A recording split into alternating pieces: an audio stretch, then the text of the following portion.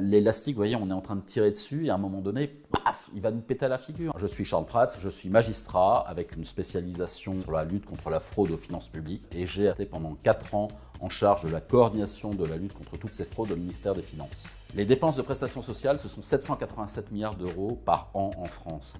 L'enjeu de fraude aux prestations sociales, c'est plus de 50 milliards d'euros par an. Imaginez tout ce qu'on aurait pu faire avec 50 milliards d'euros par an depuis toutes ces années, pour l'hôpital, pour l'éducation, pour l'armée, pour la police. Imaginez ce qu'on pourrait faire demain si on récupérait ces 50 milliards d'euros de fraude aux prestations sociales, si les voleurs arrêtaient de nous les voler. Tout simplement parce que les informations, je les ai, je connais le problème, je suis membre d'une association professionnelle de magistrats. Notre rôle, c'est aussi de lancer l'alerte. Nous avions saisi notamment le procureur national financier et il l'a classé sans suite, il n'a pas voulu poursuivre. À un moment donné, il faut expliquer au public les choses, il faut expliquer aux citoyens les choses. Et après, chacun se fait son idée, on s'en a mes consciences avec les éléments qui lui sont apportés. C'est ce problème d'immatriculation. Ce sont ces millions de personnes qui ne sont pas censées exister sur le territoire, mais qui pourtant sont inscrites à la sécurité sociale et qui vont bénéficier des allocations familiales, du RSA, des allocations d'adultes handicapés, du minimum vieillesse, de l'assurance maladie, bref, de toutes les prestations sociales que la France offre. Et pourtant, ces gens-là, normalement, ils ne sont pas censés être là, mais ils passent à la banque tous les mois. Comment arrivons-nous à savoir que nous avons au moins 5 millions de fantômes gloutons qui viennent nous voler des prestations sociales? C'est très simple, un enfant de CM1 le comprendrait. Nous sommes 67 millions d'habitants en France. Savez-vous combien il y a de gens qui perçoivent des prestations sociales, qui sont bénéficiaires? 73 700 000 en 2020. Et selon la Cour des comptes, ça va encore plus loin, ce serait plus de 75 millions d'assurés sociaux qu'on aura en France, sur 67 millions d'habitants. Faites le calcul. Un exemple significatif et assez amusant, vous savez que Jeanne Calment était notre doyenne, c'est la doyenne de l'humanité, 122 ans, c'était le record au Guinness Book des records. Eh ben non, elle a perdu son record.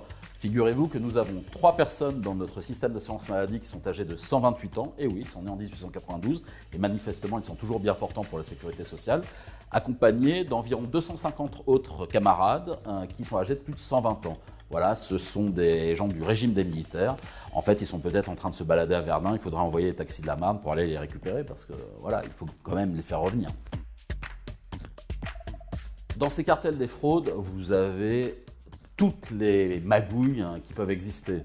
Certaines qui peuvent apparaître ahurissantes, comme ces 2 couples qui ont réussi à déclarer à l'aide de faux documents 1200 grossesses. Plus c'est gros, plus ça passe. Imaginez 2 couples, 1200 grossesses, et ils ont pu voler ainsi 1 700 000 € en allocation familiale, prime de naissance, etc. Concernant spécifiquement les gens nés à l'étranger qui viennent s'inscrire à la sécurité sociale, figurez-vous que les policiers spécialisés en faux documents l'ont déclaré sous serment devant la commission d'enquête de l'Assemblée nationale.